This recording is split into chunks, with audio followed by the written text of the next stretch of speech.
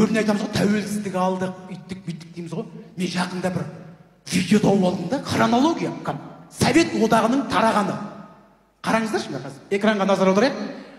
91 жылы Совет одағы былай тараған екен, оказывается. 90 жыл басталып кеткен екен.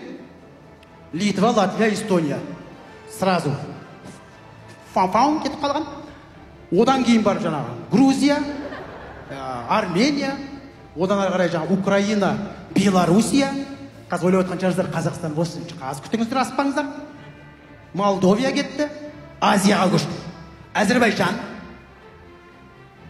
Өзбекстан, Қырғызстан, Тәжікстан. Енді біз шығар? Жоқ, Ресей. Ең соңында біз.